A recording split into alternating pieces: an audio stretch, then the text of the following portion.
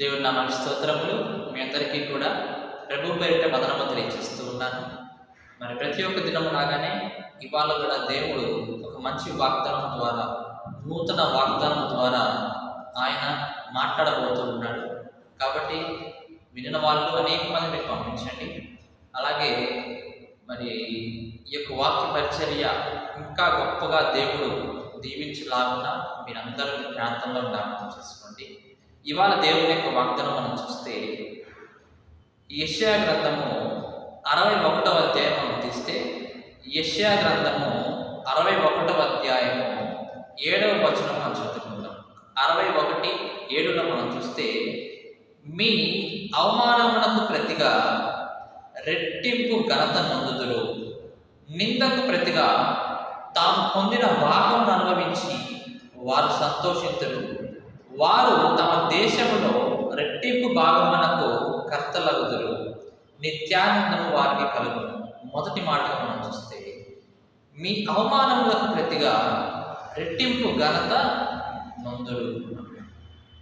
దేవుడు అంటున్నాడు, తగ్గింపు హృదయము మనకు ఉండాలి. ఈ లోకంలో తగ్గింపు హృదయం మనకు ఉండాలి. మన దేవుడు చాలా గొప్పవాడు. అద్భుత కార్యములు, ఆశ్చర్య కార్యములు చేయగలిగినటువంటి శక్తిమంతుడు.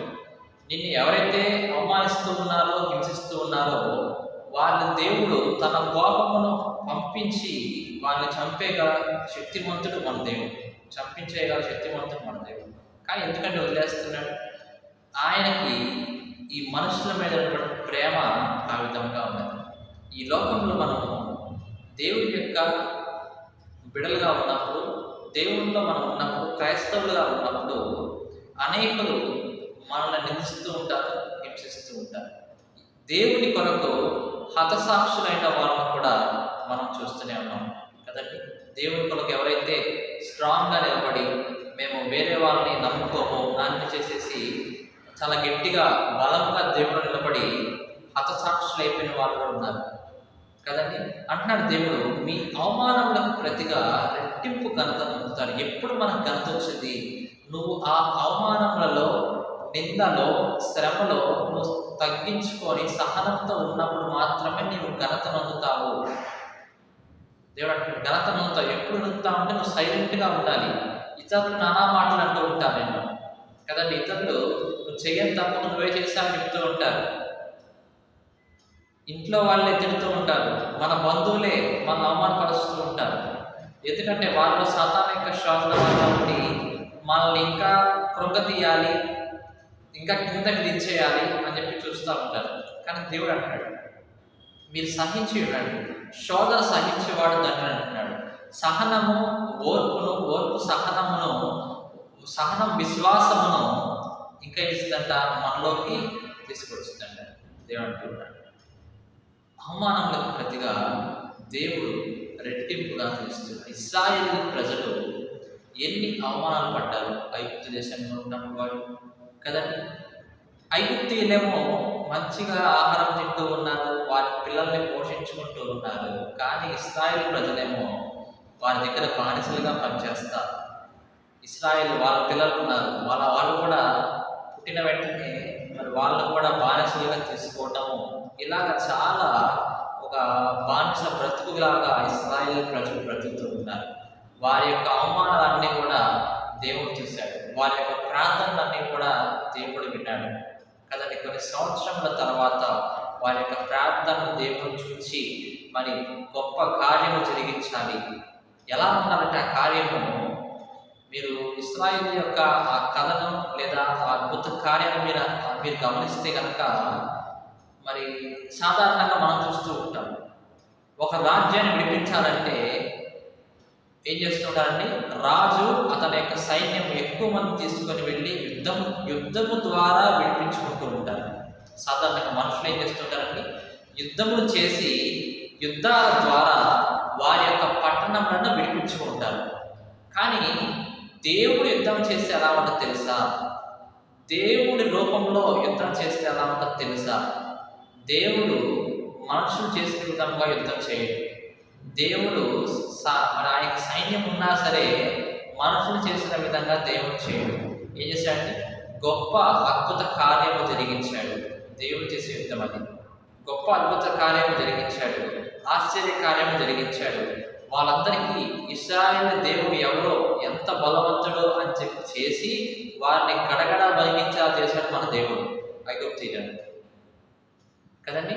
మనుషుల రీతిలో దేవుడు యుద్ధం చేయాల, తనదైనటువంటి స్టైల్లో యెహోవా యుద్ధం చేసి అద్భుత కార్యములు, ఆశ్చర్య కార్యములు జరిగించి వారిని భయపెట్టి, ఏమంటే నేనెంత గొప్ప, దేవుడు ఎంత గొప్పవాడో వారు తెలిసించేలా చేసి ఆ విధముగా ఇశ్రాయేలు ప్రజలను దేవుడు విడిపించాడు. ఎంత గొప్పగా చేశారు కదా. యుద్ధం జరగల, ఇశ్రాయేలు ప్రజలు ఒక్క కత్తి ఎత్తి వారు ఒకరు కూడా చెప్పల. సాధారణంగా మనుషుల పరంగా చేయాలంటే ఏం చేయాలి? ఇశ్రాయేలుకి ఐగుప్తులకి యుద్ధం జరగాలి, అందులో ఇశ్రాయేల్ని గెలవాలి, వాళ్ళు బయటకు వచ్చేయాలి. కానీ దేవుడు ఒక స్టైల్లో దేవుడు ఏం చేశాడంటే అద్భుత కార్యం, ఆశ్చర్య కార్యం జరిగించి బయట తీసుకొచ్చాడు. ఎన్నో అవమానాలు పడ్డారు అక్కడ, కానీ చివరిలో వాళ్ళు మంచిగా వాగ్దానం దేశానికి వెళ్ళి వాళ్ళు సుఖంగా ఉన్నట్లుగా మనం చూస్తున్నాం. కాబట్టి ఈ శ్రమలో మనం ఏం చేయాలి? ఓర్పు కలిగి, సహనం కలిగి ఉన్నప్పుడు మాత్రమే నీతి కిరీటాన్ని మనం పొందుకుంటూ ఉంటాం, దేవుడు చెప్పినటువంటి ఘనతను మనం పొందుకుంటూ ఉంటాం. ఈ మన లోకంలో చాలామంది పాస్టర్లు కానీ, పెద్ద పెద్ద ప్రసంగికులు కానీ, వాళ్ళందరూ కూడా మరి ఉదాహరణకు సాధు సుందర్ సింగ్ కానీ, మరి అలానే ఇంకా వేరే వేరే వాళ్ళు ఉన్నారు. సాధు సుందర్ సింగ్, అలానే ఇంకా బెనహర్ గారు, వీళ్ళందరూ కూడా చాలా మంది ఉంటూ ఉన్నారు కదండి. వాళ్ళందరినీ అనేక మంది అవమానాలు పరుస్తూ ఉన్నారు, అనేక మంది వారు తిడుతూ ఉన్నారు, ఎందుకైనా ప్రసంగిస్తూ ఉన్నారు అని చెప్పి చాలా మంది అవమానపరిచి ఉండవచ్చు. కానీ ఎవరైతే అవమానపరిచారో వాళ్ళ పేర్లు అయితే కనుక అవి పాపులర్ అవ్వలేదు, వారి పేర్లు అయితే కనుక అవి బైబిల్ గ్రంథంలో రాయబడలేదు, వారి పేర్లు అయితే కనుక ఎక్కడ కూడా న్యూస్ పేపర్లో కానీ, టీవీల్లో కానీ వారి పేర్లు చెప్పబడలేదు. కానీ ఎవరైతే అవమానాలు పొందారో, సాధు సుందర్ సింగ్ లాంటి వాళ్ళు, అలాగా అటువంటి హృత్సాక్షులు ఎవరైతే దేవుని కొరకు మరణించి ఉన్నారో వాళ్ళు ఘనత నొందినట్లుగా మనం చూస్తున్నాం. ఎవరైతే వాళ్ళు తిట్టారో వాళ్ళు ఘనత రాల, వాళ్ళకి రాల ఘనత. ఈ తిట్టిస్తున్నటువంటి దేవుని యొక్క బిడ్డలు చూసారా, వాళ్ళకి దేవుడు ఘనతనిచ్చాడు. కాబట్టి ఇప్పటికీ కూడా అటువంటి మహా గొప్ప వ్యక్తుల గురించి మనం మాట్లాడుకుంటూ ఉంటాం. అన్ని సంఘాల్లో కూడా ఉదాహరణగా తీసుకుని వాళ్ళ గురించి చెప్తూ ఉంటారు. భగత్ సింగ్ గారు కానీ ఇట్లా చాలా మంది ఉంటూ ఉన్నారు.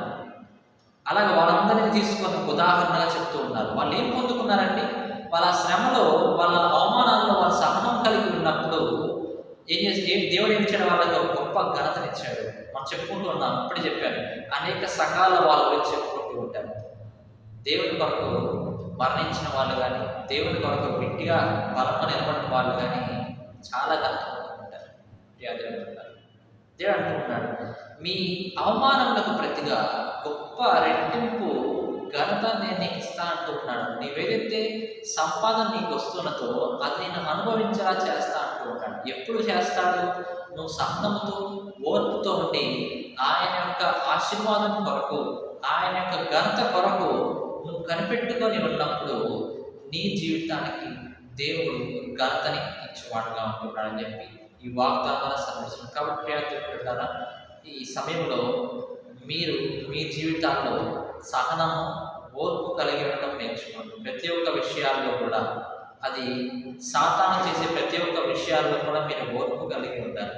మీరు మరలా తిరిగి సాతాను చేసినట్టుగా చేయడం కాదు, కానీ ఓర్పు కలిగి ఉన్నప్పుడు, సహనం కలిగి ఉన్నప్పుడు దేవుడు ఇచ్చేటటువంటి ఘనతను మీరు పొందుకుంటారు అని చెప్పి దేవుడు ఈ వాగ్దానంలో సెలవిస్తున్నాడు. దేవుడి వాగ్దానంలో దీవించి ఆశీర్వదించుగాక. ఆమేన్.